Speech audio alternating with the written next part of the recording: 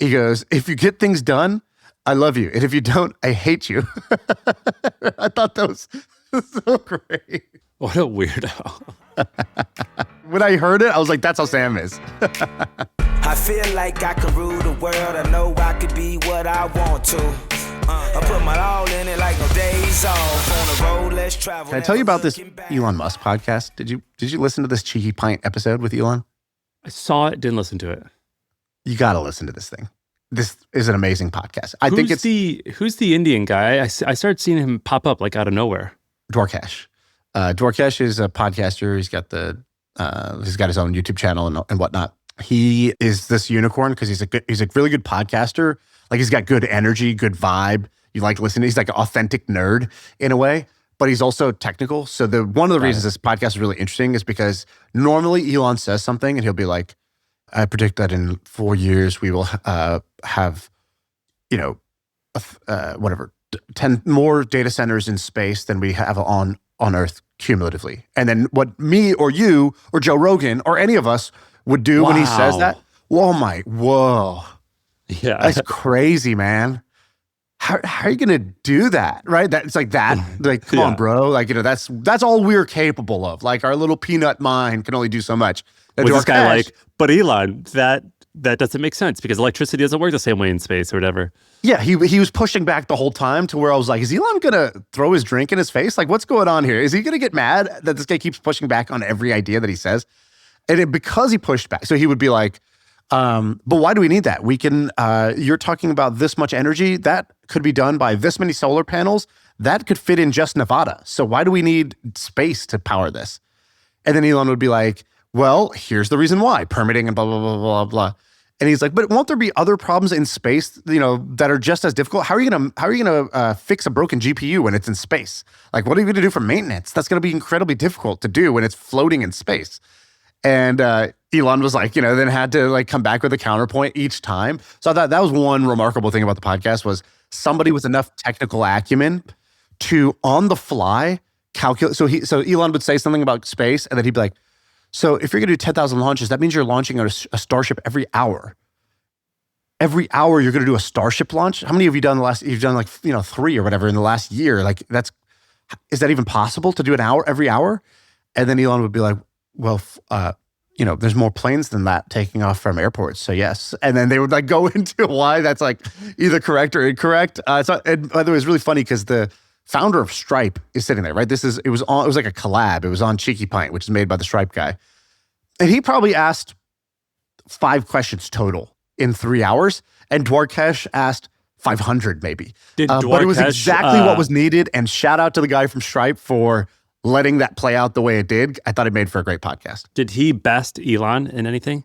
No, it wasn't like a one-upsmanship, but it was definitely I'm not just going to let you say that shit. Like, wait. So what do you know that I don't know? Because I would just think this. And he would like kind of earnestly ask the question and he'd be like, okay, I buy that does this, but I don't see the connection you made to this. And so he forced him to keep going, which I thought was great. Did you feel the same sense that I feel when I see a white guy win a 100-meter dash or like... a sense of national pride? Yeah. like when Chris Anderson... When I see a white cornerback in the NFL. Yeah. Is that how you felt? A little bit, if I'm being honest, a little bit. Actually, I felt scared for him. I was like, dude, tone it down. That's a little crazy. You get a little feisty here. But he was also like autistically like unaware of like, so I can't not ask this. I have to ask this because I want to know the answer to it. And I thought that was so great. He's so earnest in the way he does everything. It's great.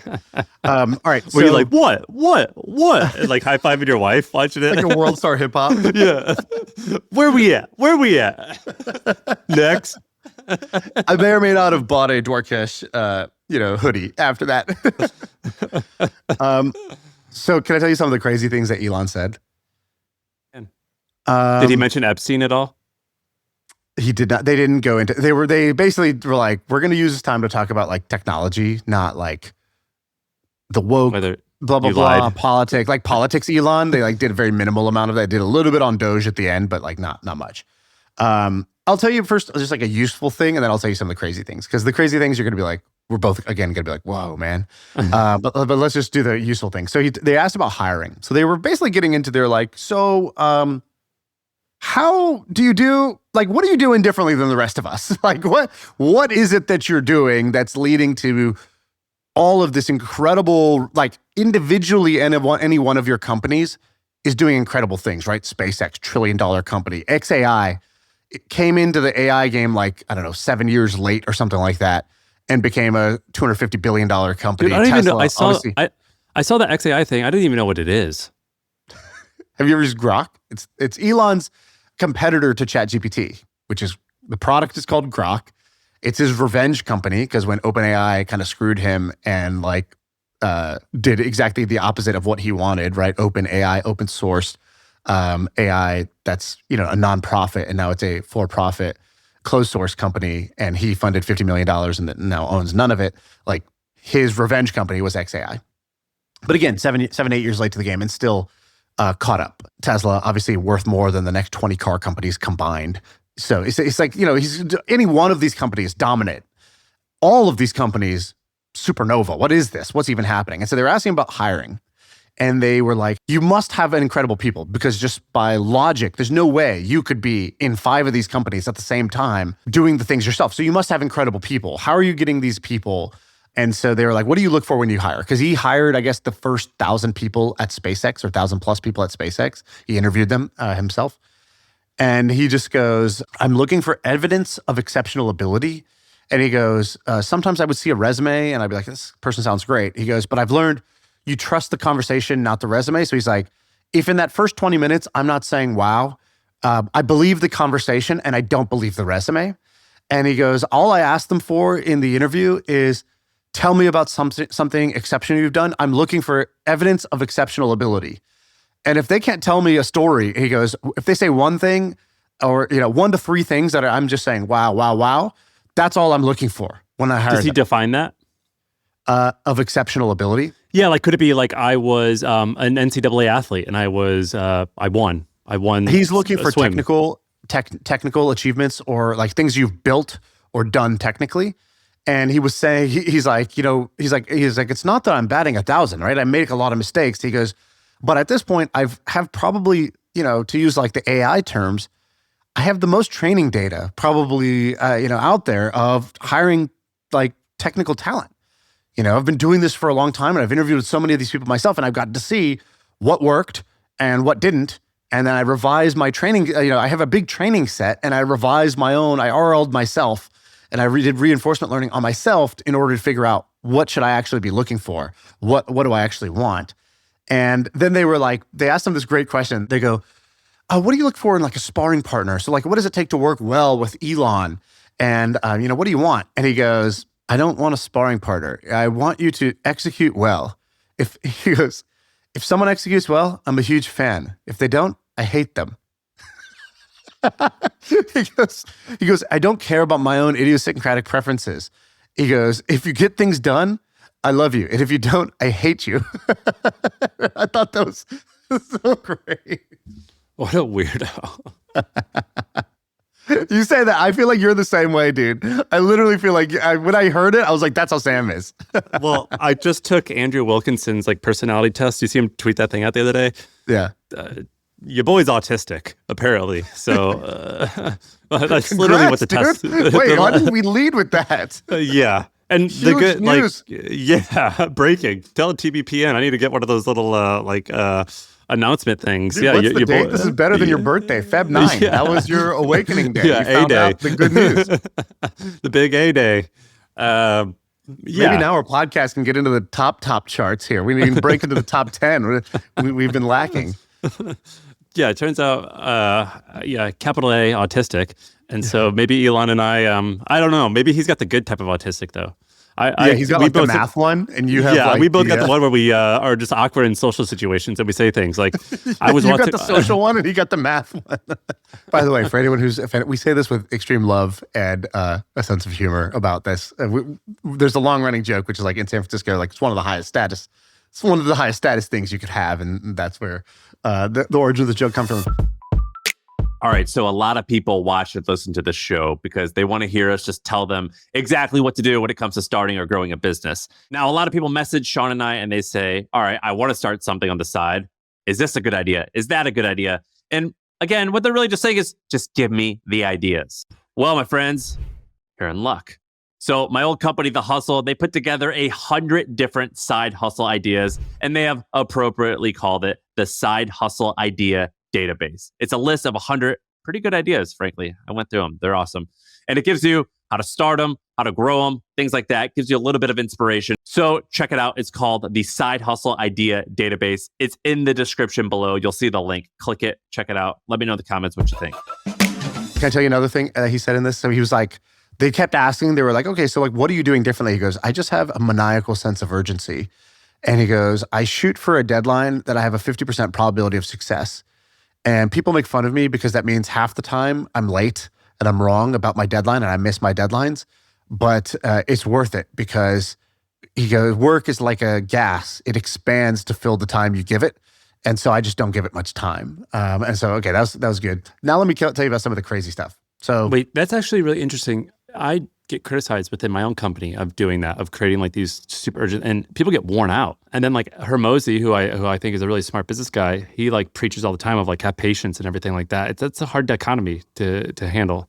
Yeah, I think it's sort of a long-term patience, as in you're not going to give up and you're going to stay at it. I think short-term maniacal sense of urgency is on the task. So it's like patient with the mission and maniacal about the task is probably the way to do it.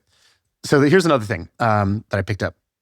He might have said the phrase limiting factor 400 times in 3 hours. Have you ever said that phrase?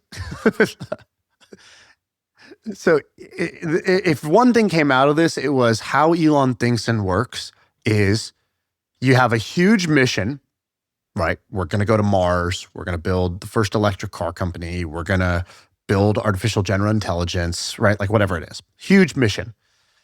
You have maniacal sense of urgency. Great. That's the second component. And what's the third one? It's this idea of the limiting factor. And so at any given time, all he's doing is he's sort of scanning for what is the limiting factor? As in, what is the bottleneck that's preventing us from getting to the outcome sooner right now?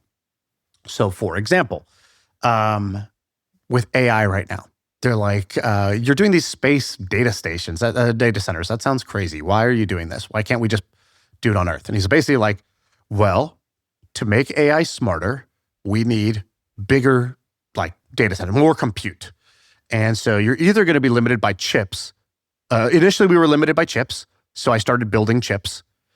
So like Tesla's building like their own GPUs to like, like the equivalent of the NVIDIA chips. And he bought the most, he bought like huge orders of NVIDIA chips and, told Jensen, like, give me everything you got. The second thing is power. And so he's like, the limiting factor is now power, not chips. He's like, I suspect that actually in the next, 24, 36 months, there will be more GPU chips that can't be turned on. So the limiting factor will not be chips anymore. We're not constrained by chips. We'll be constrained by power availability. And so then he's like, and so they walked through, they're like, so what do you mean? So like, why can't you just connect to the grid? And he's like, you can't connect to the grid for these reasons. They're like, okay, well, why can't you do it off grid? Why can't you just buy a power plant and power your own chips, not connect to the grid? He's like, well, there's 3 companies that make the power plants and they're all booked out till 2032. We can't build the power plants fast enough. There's not enough people or projects and time to build enough power plants as we're going to need. And they're like, well, specifically, like so then he's like, specifically why?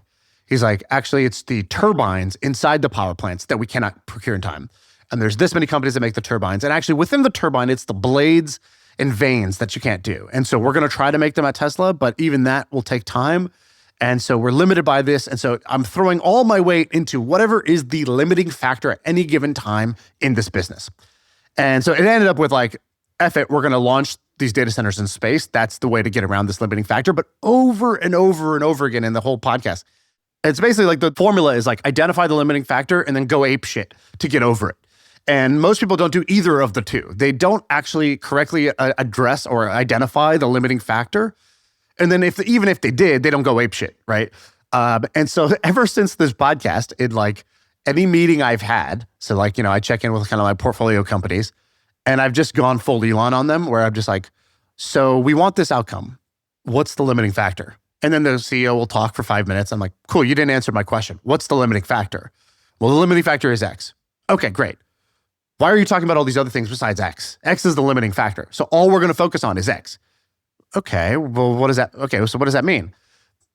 Now, once you identify that, you need to drop everything else, just focus on X, and then go apeshit on it. And he would say, he's like, in my companies, if something is going well, you're not going to see me. Right now, the boring company is going well. I don't spend any time on it because it's going well. If it hits a roadblock and there's a limiting factor and they can't solve it, then I will come in and I'll throw my full force, my full weight at it.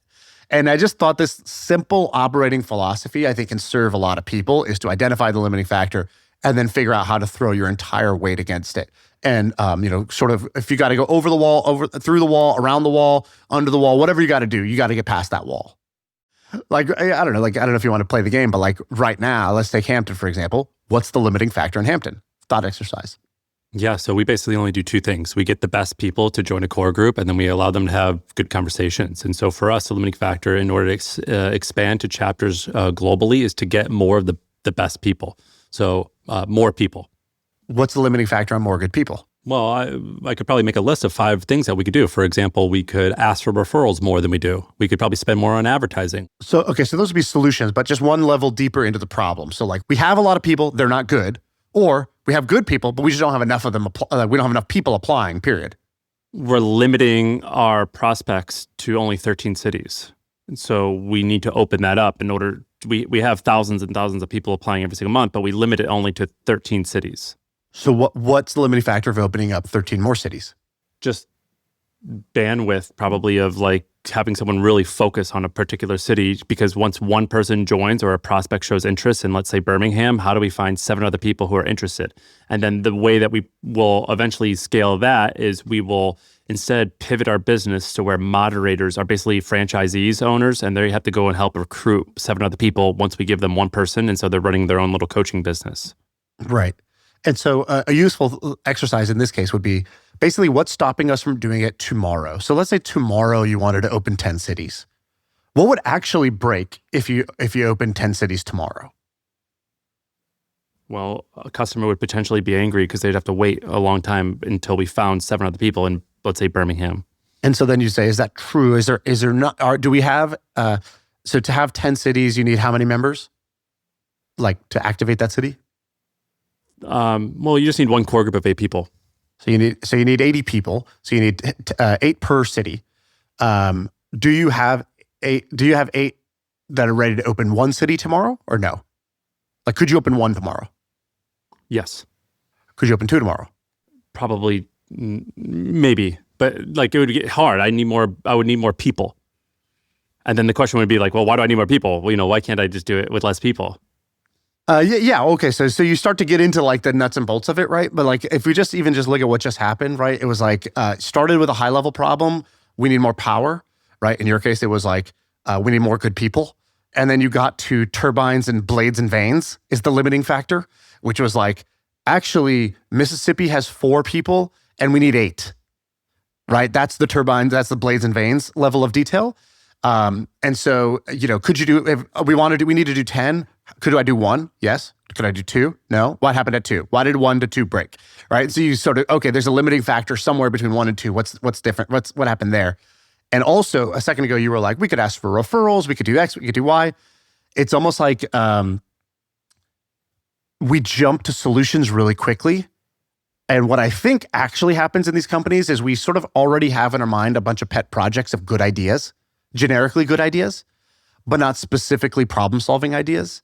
And I think the one big source of waste in companies is when everybody wants to do their pet projects or everybody wants to do their generically good ideas rather than the specifically effective ideas that are going to solve the current bottleneck that is right in front of us that we could unblock for tomorrow.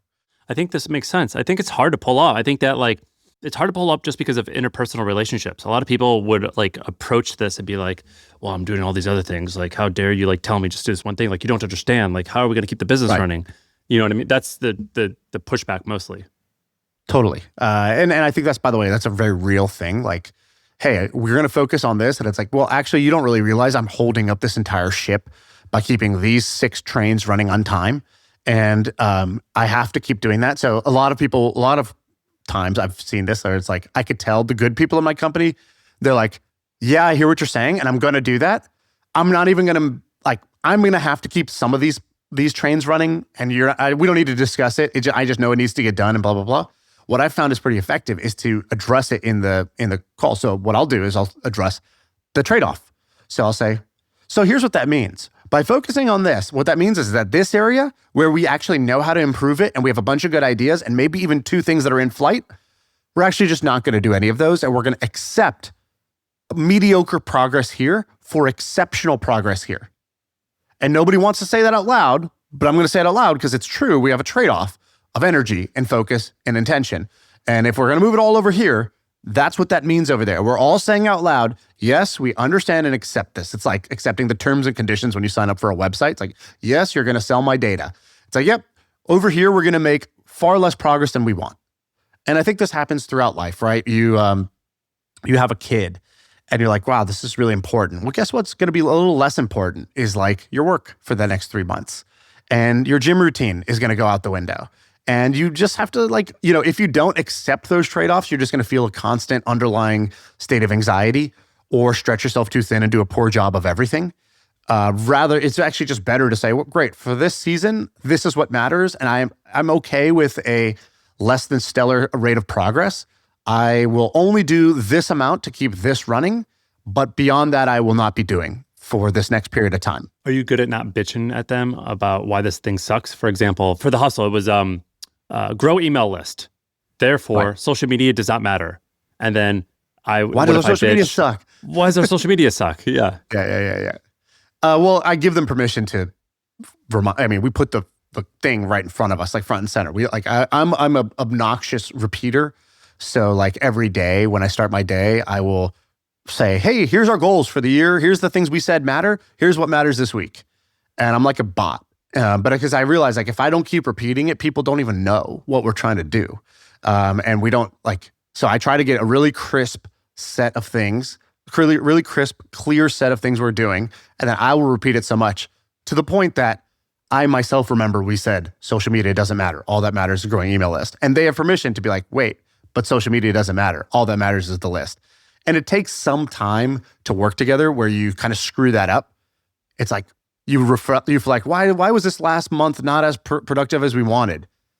And then you sort of come to the powwow and realize like, well, it's because we said we were going to focus on these things, but then we kept getting distracted and, wanted to also do these 5 other things. And guess what?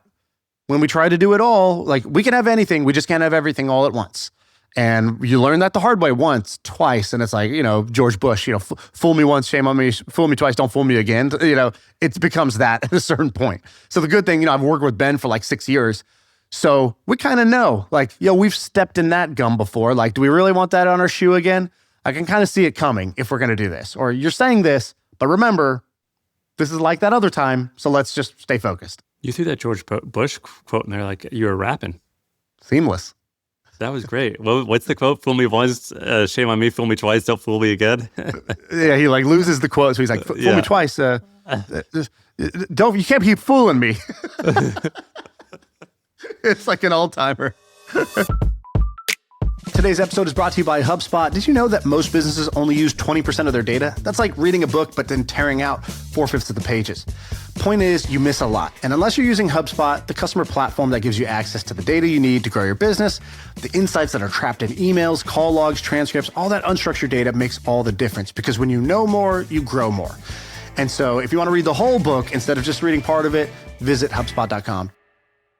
Can I show you one other clip that I thought was pretty just, wild? From Elon? Yeah. Is it the clip about how he lied about not going to Jeffrey Epstein's island? No. Did he go, actually? I'm not sure if he went or not, but he said that he refused to go. But the emails say that he was actually begging to go.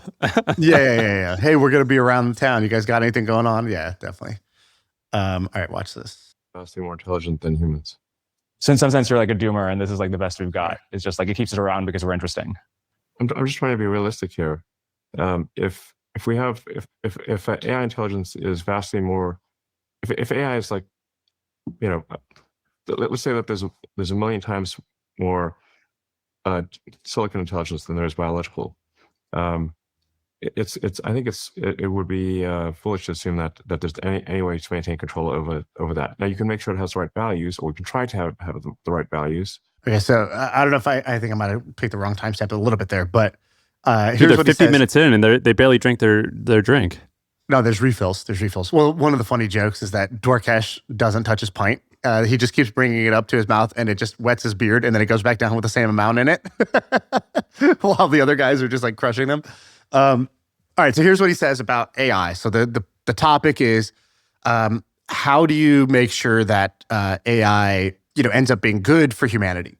And he says something where he goes, they were like, how do you stay in control? And he says, if you have intelligence that's 100 times smarter than any human, it's hard to imagine that the humans stay in control.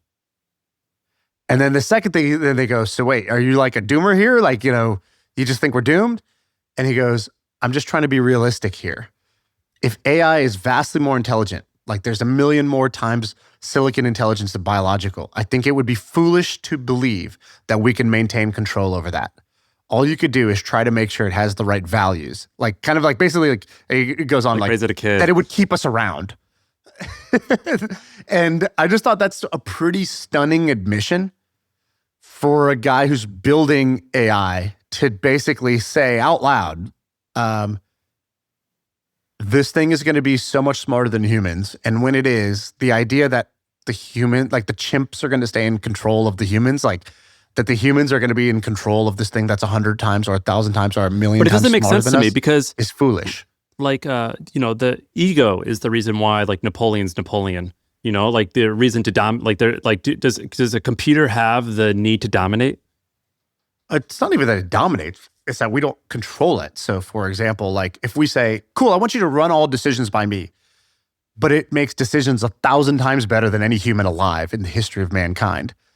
Realistically, if you gave it the mission of being successful, is it actually going to run the decisions by you? But that's Obviously what I'm not. asking. Does it actually have the mission to be successful? Like a human has.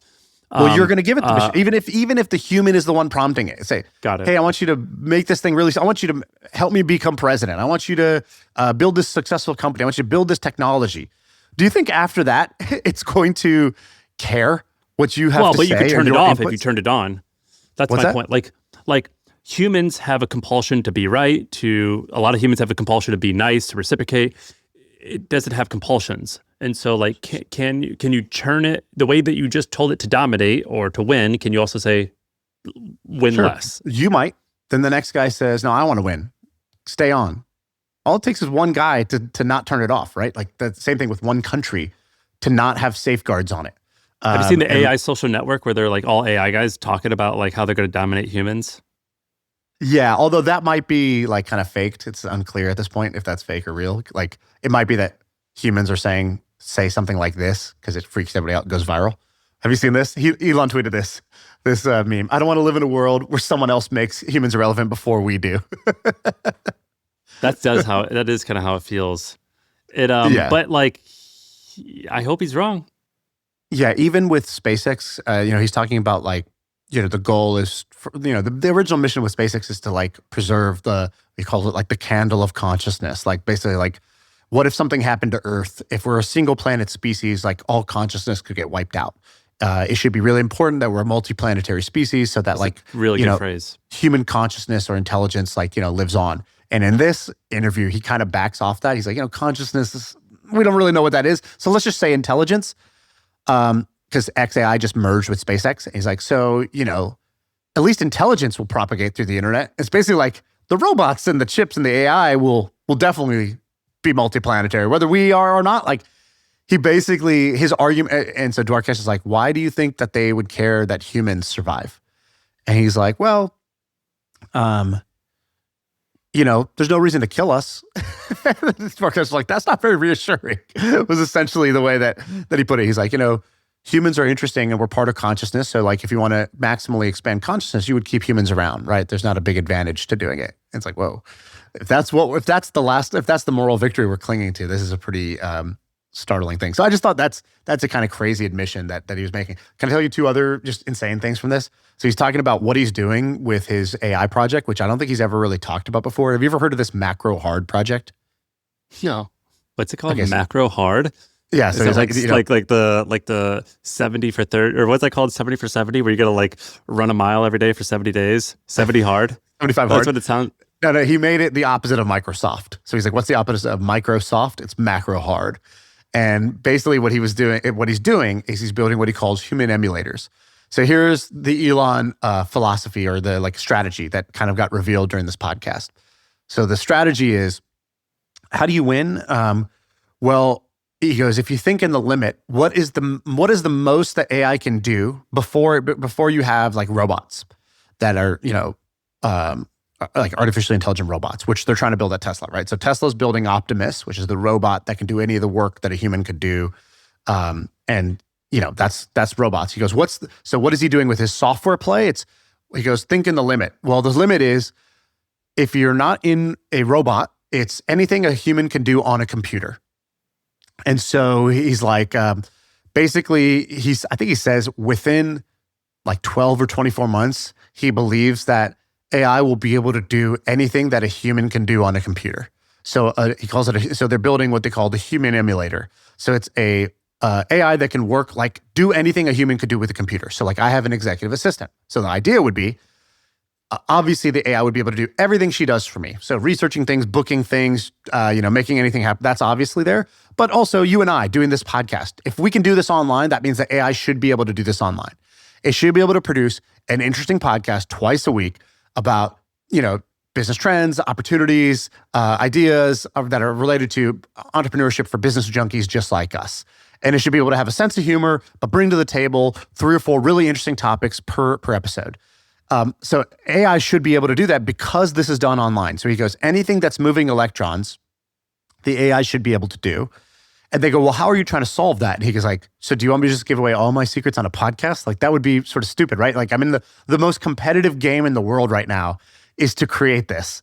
He calls it the highest ELO battle in the world. ELO? Being like, the chess rankings, like your ELO ratings. So he's like the highest. Dude, Elon needs a wedgie, man. This guy's hilarious. Macro hard, human emulator. This is crazy. So he's like, he's like, it'll take at least 3 more beers for me to get, to reveal that. But he's like, it'll be something like the way that Tesla solved self-driving. And then they were like, okay, unrelated question. How did Tesla solve self-driving?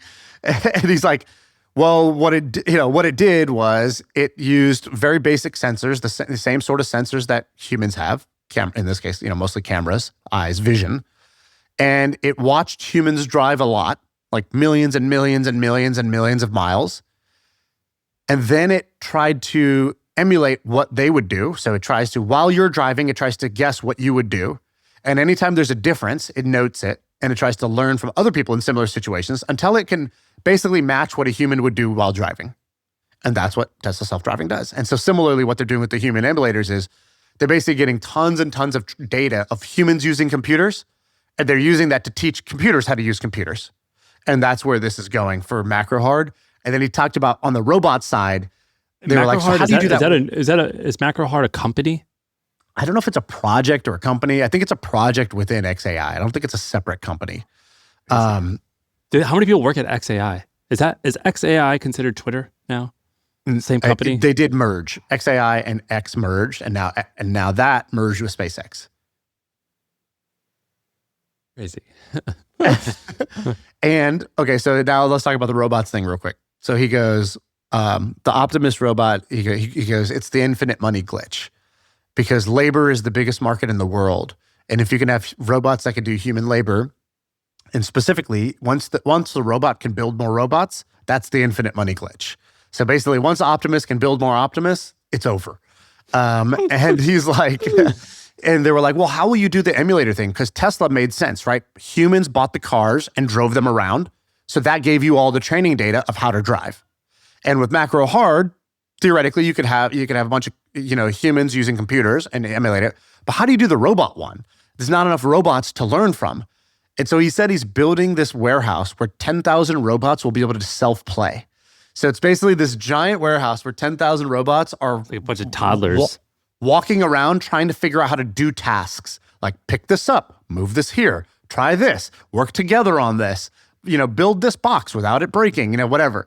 And they're not going to tell them how to do it. They're just going to self-play over and over and over again until they figure it out. The same way they're going to come in after 3 weeks and they're going to be trying to solve the bars to get out. You know what I mean? They're escaping prison.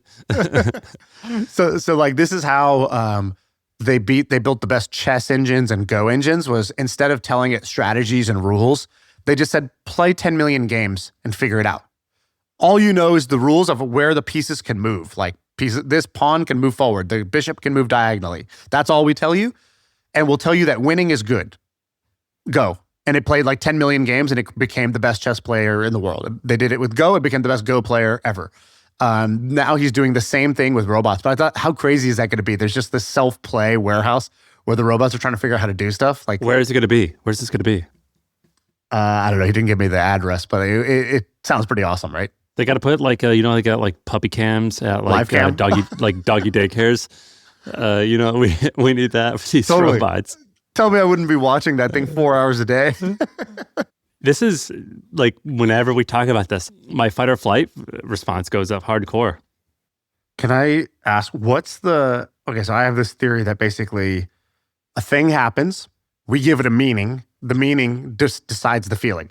You told me about the thing happening, hearing about all these exciting AI breakthroughs, and you told me the feeling, which is kind of fight or flight, fear, anxiety, exhaustion. What's the meaning you're putting on all this that's making you feel that way? What does it mean that Elon's doing this, or that these tools are rapidly advancing, or there's new tools every day? What's the meaning you're putting on that? I'm falling behind? You either got to get on or get off, and you have to adapt faster than ever before in order to keep up. And all these opportunities are flying by, and what's the phrase? Opportunities like trains. Thankfully, there's always another one, but these trains are moving real fast, and I don't even know if I can grab it if I don't catch on when it's at the stop. And what happens if you don't catch on? Well, I'm lucky. I'm in a point in my life where if I don't catch on, I'm nothing. I'm safe. But as an opportunity-loving entrepreneur, there are you do feel FOMO, and also there is fear. There's a bit fear, but it's weird. You have to think about it. I'm lucky. I'm not fearful entirely of myself, but I still feel that humanity is changing, and it's scary. Yeah, it's just change. And change is good and bad, but it's just the speed of things. It is incredible. I mean, I remember in 2021, my friend was telling me about OpenAI and thinking about joining the company. And I was like, I don't know, man, is this legit? Who knows? That was only 5 years ago. And it's our parents use it, it's pretty. My mom uses it constantly, which is crazy. It's astounding. It's crazy. It's wild. And there's a different tool every single day, and they're so good. Yeah, I guess I think we should leave it with the optimistic version of that, which is there's never been more opportunity than this. That if you're good, you get to lever up, and whatever your output was going to be, you can sort of 10 to 100x that using these tools.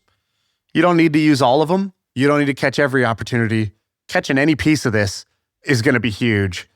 Catching any piece of this at all is going to put you in the top 1%. Because if we're feeling this, you have to remember the whole world is not. If it's all about change and adaptation, who better than us? Who better than the type of person that listens to this podcast than to take advantage of that? 99.99999% of the world doesn't even listen to a podcast like this. If you're listening to the podcast like this, you're already in the 0.0001% of adaptability, of change, of future promise. And so you're better positioned than anybody to take advantage. Yeah, the problem is we compare to we 2 decimal places over, and we're like, but Elon's doing this, but this guy's doing this, right? And it's you don't have to be them to win. In fact, we sort of stand on the shoulders of giants. I have a friend who was telling me his father owns a nursing home company or something like that, where it's at-home care. And he's like, my dad's in his 70s. He lives in the Midwest in Missouri. The business does $90 million a year in revenue, $8 million a year in profit. And I told him about AI, and he had never heard of it. He didn't even know what that word meant. Like it wasn't even like, and he's like, I went to his office and it was like 80 employees and they all looked like the same woman over and over and over again of like, have you ever seen Ferris Bueller's Day Off, like the secretary, like with like that haircut? And he's like, they like that word AI, they literally didn't know what it was. And it's just crazy how much, I'm like, how much do they spend on payroll? He's like, they spend $8 million a year on payroll. And I was like, what are they doing? And he explained, I'm like, that's crazy. That's just like that one little business that you've never even heard of in the middle of Missouri, that just unlocked $8 million a year probably in value that someone can go and do. Right. All right, let's take a quick break because I got to tell you a story. Let me tell you about the first time I tried to run payroll for my team. I was using a traditional bank, and you know the type. It's got a janky interface. It's built like a 2002 tax form, and it was open only during business hours. And I hit send, and it froze. They flagged the transaction. They locked my account. They put me on hold for 45 minutes, and then they told me I got to visit my local branch. And that was the day I started looking for a new banking solution. After asking a few founders what they were using, I found out about Mercury. And so now my payroll is 2 clicks. I can wire money, I can pay invoices, I can reimburse the team, all from one clean dashboard. That's why I use it for all of my companies. And so do 200,000 other startup founders. And so if you're looking to level up your banking, head to Mercury.com and apply in minutes. Mercury is a financial technology company, not a bank. Banking services are provided through Choice Financial Group, Column NA, and Evolve Bank and Trust, members FDIC. All right, listen, Shaan, you're getting dumber. Am I? Well, we all are. So I'm reading this book called Stolen Focus because I'm basically like incredibly depressed by the fact that like I get 10,000 notifications a day and it's like impacting my mood. And so I saw this book called Stolen Focus. Have you ever seen it? Well, I saw it, but then I looked away. Great. Good joke. But it kind of got me interested, and it's coincidental. Just last month, this one neuroscientist did this thing in front of Congress, this testimony or whatever in front of Congress, where he basically said that this is the first time in history of measuring this since the 1880s that the current generation, Gen Z, is dumber than the generation above them. So have you heard of the Flynn effect? No. So basically, since like the 1800s, since like we started like measuring IQ at a large level, every generation is roughly 10 points higher than the previous generation. So every 30 years, it goes up by 10 points, or every 10 years, it goes up 3 points, which is kind of cool because that means that the average person today would have been gifted in like 1900. And so it's been going up for a variety of reasons. One, education, diet, a bunch of different stuff. But starting in 2010, they noticed a decline. And this isn't just in America. It's in Norway. They noticed this, a bunch of different countries. I think 80 different countries have actually studied the same thing. This isn't just an American thing. But starting since 2010, there's been a decline. And so now officially, according to like, I think a sample size of like 800,000 test subjects, Gen Z is the first generation, I think since 1800, that has a lower IQ from the generation before. Is that insane? They blew it. We had it going. We had a trend going. We had a streak going. So, all right, the Flynn effect is the long-term study showing an increase in standardized IQ test scores observed through the 20th century, about 3 points per decade, as you said, primarily due to environmental factors such as education, nutrition, smaller family sizes, more technology, rather than genetic changes. It's most significant in tests measuring fluid intelligence, which is problem solving, rather than crystallized intelligence, which is acquired knowledge. It highlights that intelligence is heavily influenced by environment, blah, blah, blah. Okay, great. And then you're saying recently it's not holding. Gen Z is the first generation to score lower than their predecessors. And they have this picture of someone as the headline article, which is always great. There's like this funny thing, which is, Gen Z is like gayer than ever before. They like zoom in on you.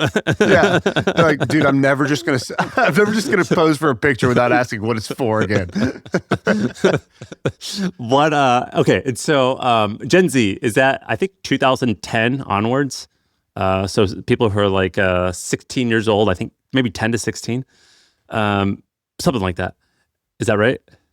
I thought this like Gen Alpha, 97 to 2012. Sorry, I got that way off. Yeah, you're right. Gen Alpha. Okay, so they're like what, 25 right now?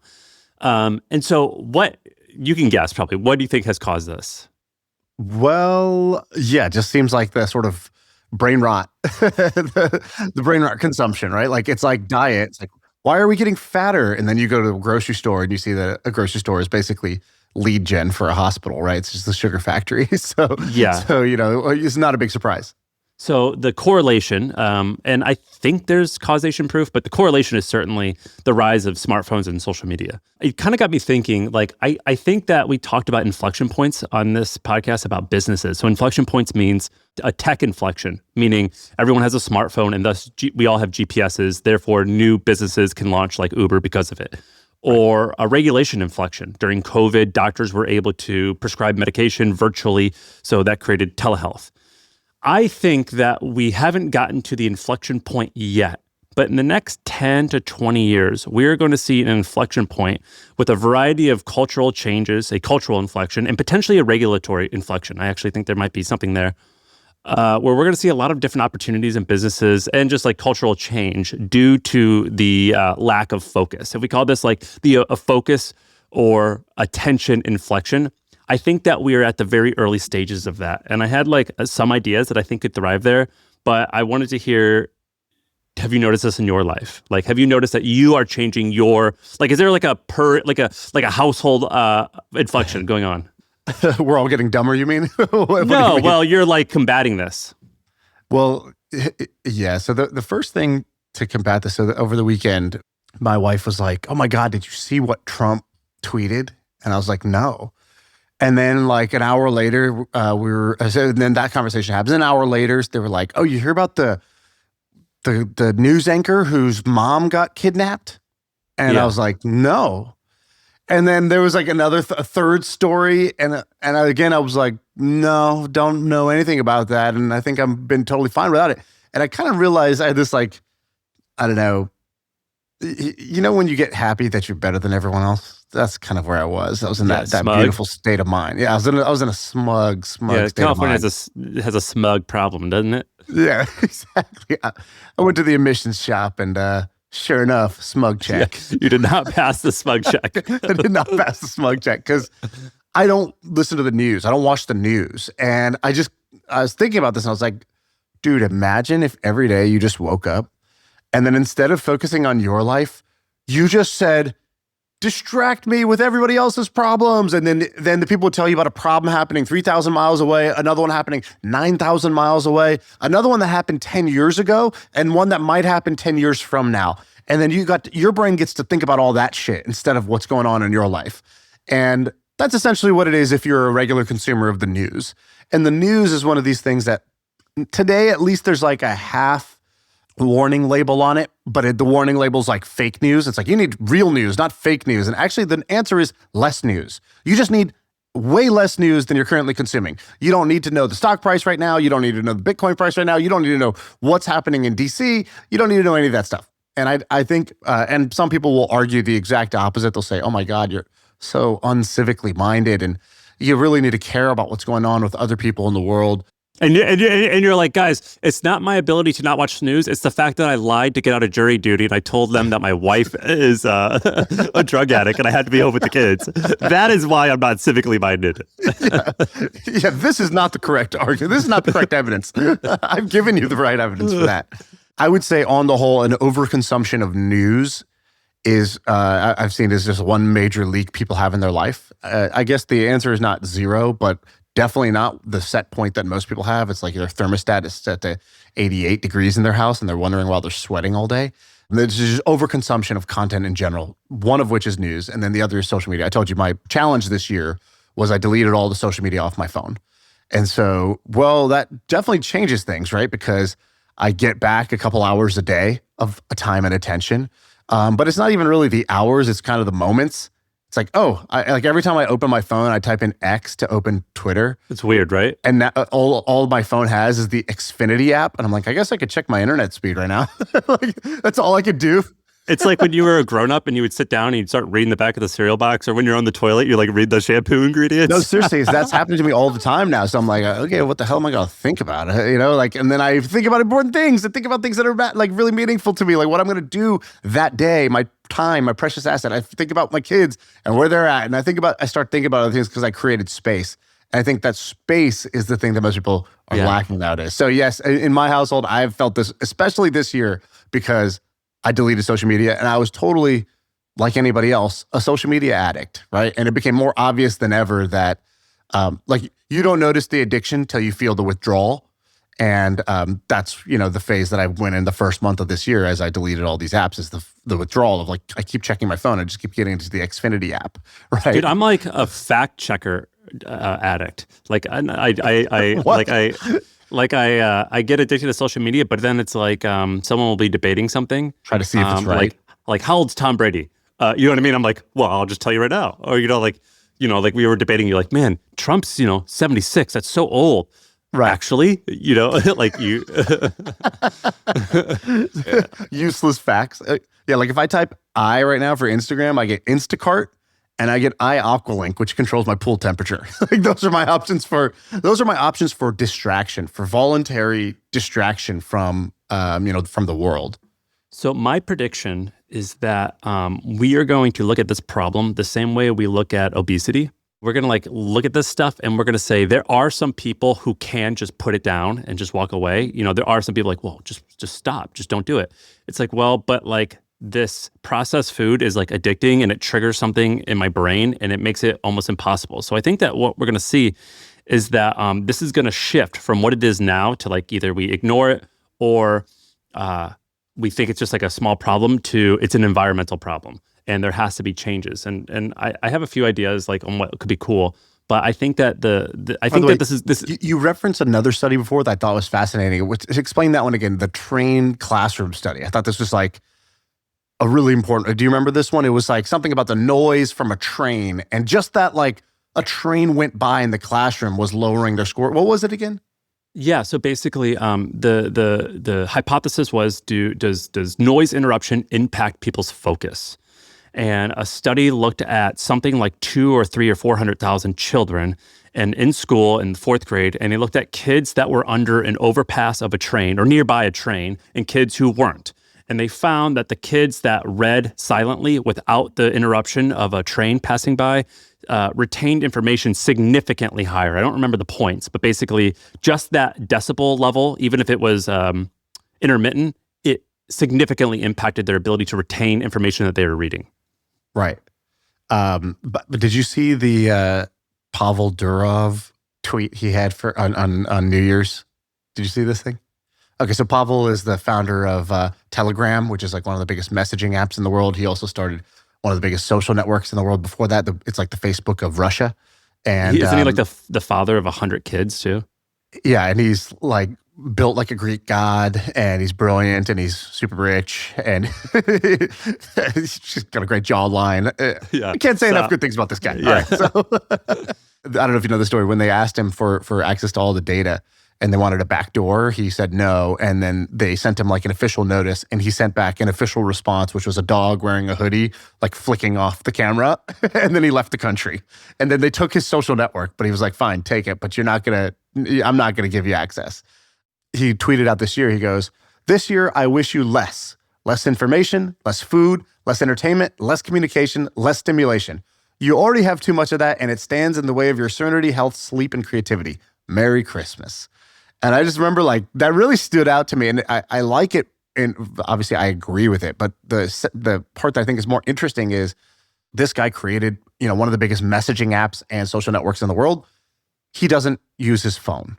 What? So I don't know anything about that. What do you mean he doesn't use his phone? He doesn't have a phone. He's like, if something needs to get to me, somebody will bring me the message if it's really important. And he's like, I just don't use or look at my phone. I think it's either at all or most of the day. He does not look at a phone. And he was like, and then Steve Jobs, he'll invent the iPad and the iPhone, but at home his kids don't use it. Zuckerberg, his kids aren't on social media. It's do as they do, not as they say that you should do, right?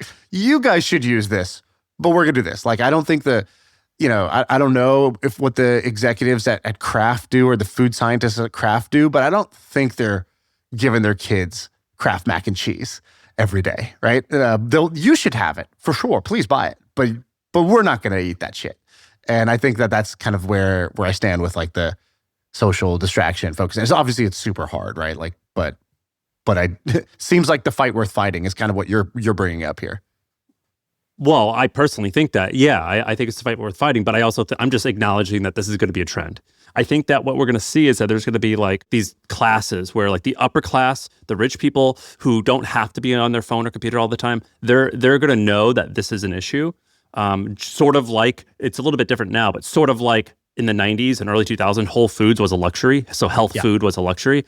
And so I think that's what's going to happen here, which is sad, but I think that's just probably naturally how things are kind of tend to play out almost all the time. We've seen this on the podcast. We've had guys who come on here. I remember there's one guy who owns an NBA team, is a billionaire. And we were like, are you doing this podcast from a phone? And he was like, yeah. He's like, I don't own a laptop.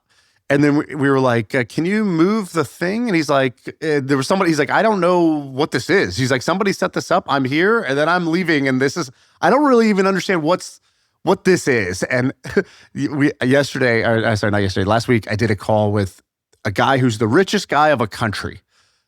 Not the biggest country in the world, but he's the richest guy of that country. So, this is a very wealthy multi-billionaire, probably worth $10, $20 billion. He was trying to screen share during our call. And he's like, we were in Zoom. And he's like, I'd like to show you this, but, and I know I can, but where do I go? And I was basically tech support for this guy. I was like, look at the bottom of Zoom. There's the thing called share. It's like a little square with a thing. And he's like, okay. Oh, it says I need to have a different browser. And we were like, are you not using Chrome? He's like, no, what is Chrome? I was like, wow. He's like, yeah, I usually just have people do the stuff for me.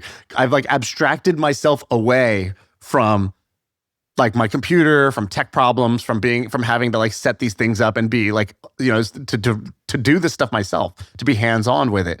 And I feel like there's, like you're saying, like almost like a wealth or a status thing here where like the wealthier you get, the more you're going to be able to abstract yourself away from some of these tools, right? From digital, digital dopamine. Yeah, I for sure think that's going to happen. But I think that it will get to the masses eventually. I think that's just like how things work. I think that, so listen, tell me what you think about these 2 or 3 ideas I have. So I think that, have you ever done a VO2 max test? No. Do you know what it is? Yeah, you put on a Bane oxygen mask and you run on a treadmill, I think. Basically, yes. No different than like the combine idea you have. It's just like a way to measure how good is your heart. You use it oftentimes to figure out where's your max heart rate and at like what level can you run comfortably in zone 2 for an extended period of time. That's like why endurance athletes use it. So you exercise on a treadmill or bike with increasing intensity, and the mask you're wearing analyzes your oxygen consumption and CO2 production until you reach exhaustion. Okay, gotcha. And so I think that here's a business idea. I think that we're going to see like a VO2 max test for attention. It sounds hilarious. I'm telling you, I think this is going to be a thing. What would that even be? You just sit in a room and they see how long it takes you to, like, it's like the marshmallow test. It's like how long it takes you to pick up the phone. Have you ever felt like I don't know exactly how to explain it, but have you ever felt like your nervous system being fried? Where you're like, I'm just like, my anxiety was too high. Like I was in fight or flight too much. Have you ever felt that feeling? 100%, yeah. Do you ever get that looking at your phone? I get it all the time. I feel like it's what it should be is that you're in the normal state, which I think is called like parasympathetic or whatever nervous system. And then you go into fight or flight when there's like this extreme stimulus.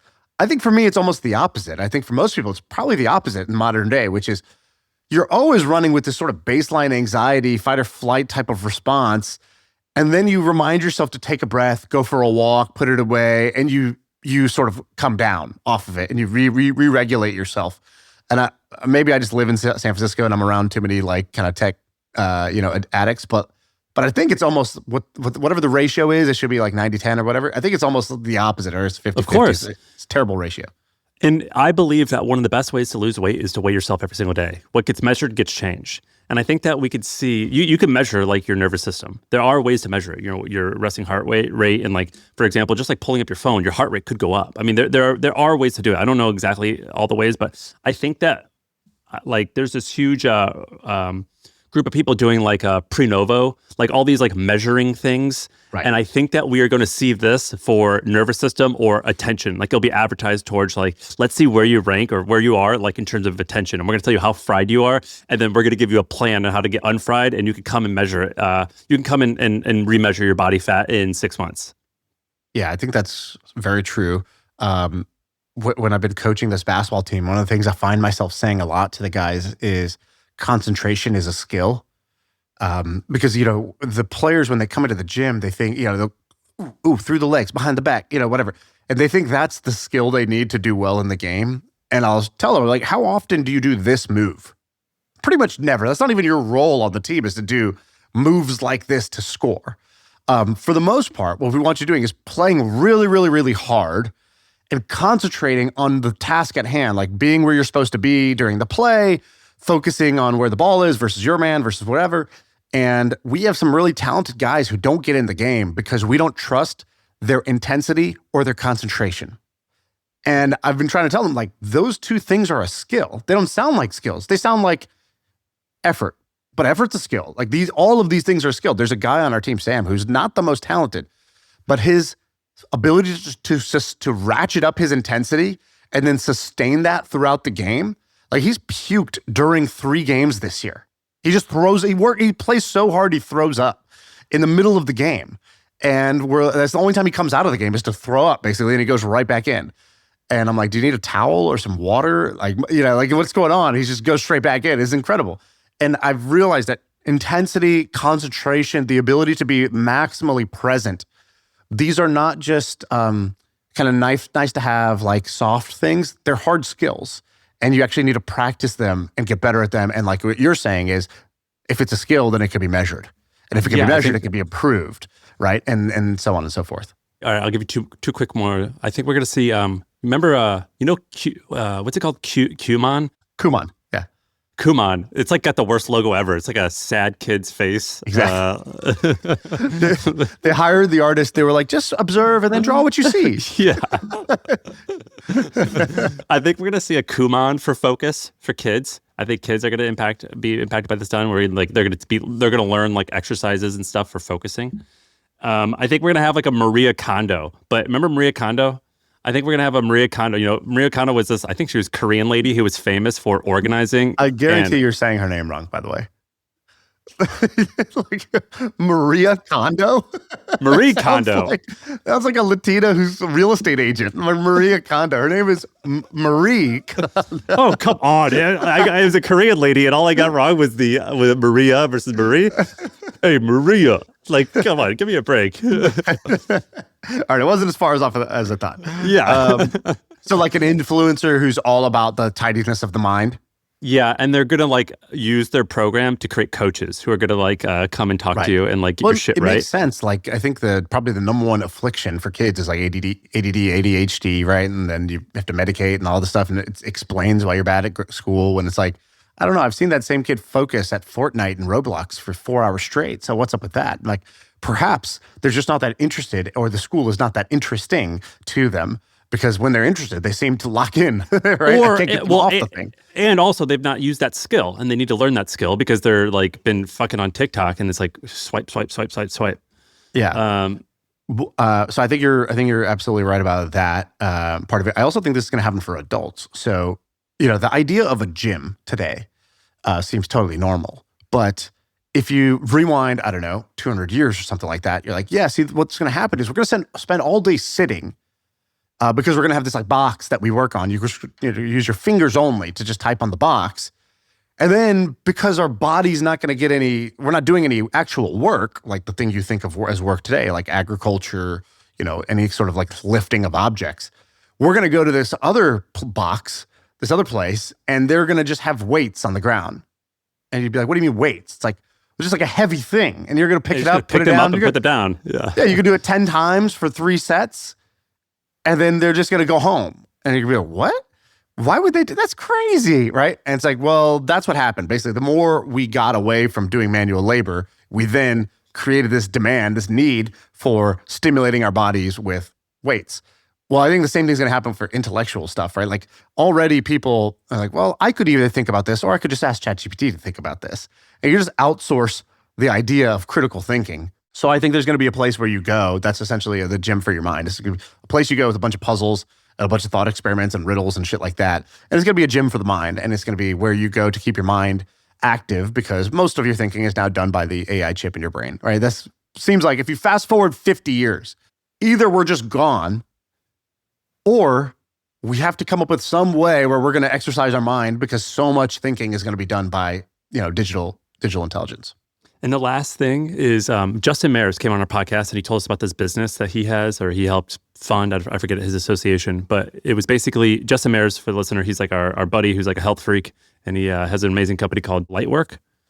I got to give him a shout out. Home health. Lightworkhome.com. Okay. What is this?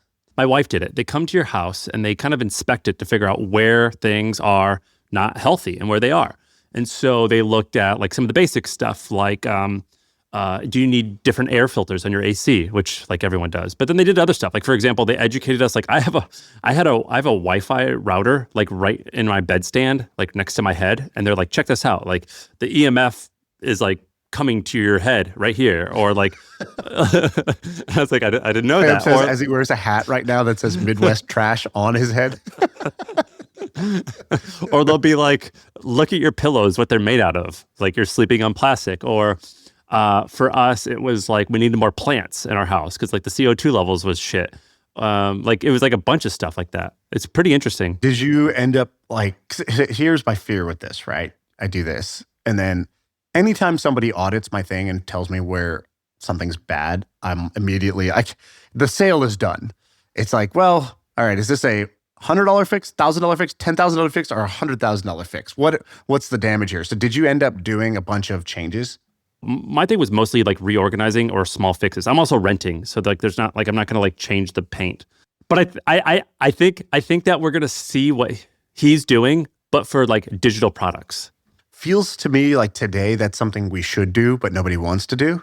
And at some point, you're right, the inflection, it'll tip. It'll go that way. It hasn't happened yet, but it will. It's not there yet. All right, is that it? That's it. That's the pod. I feel like I can rule the world. I know I can be what I want to.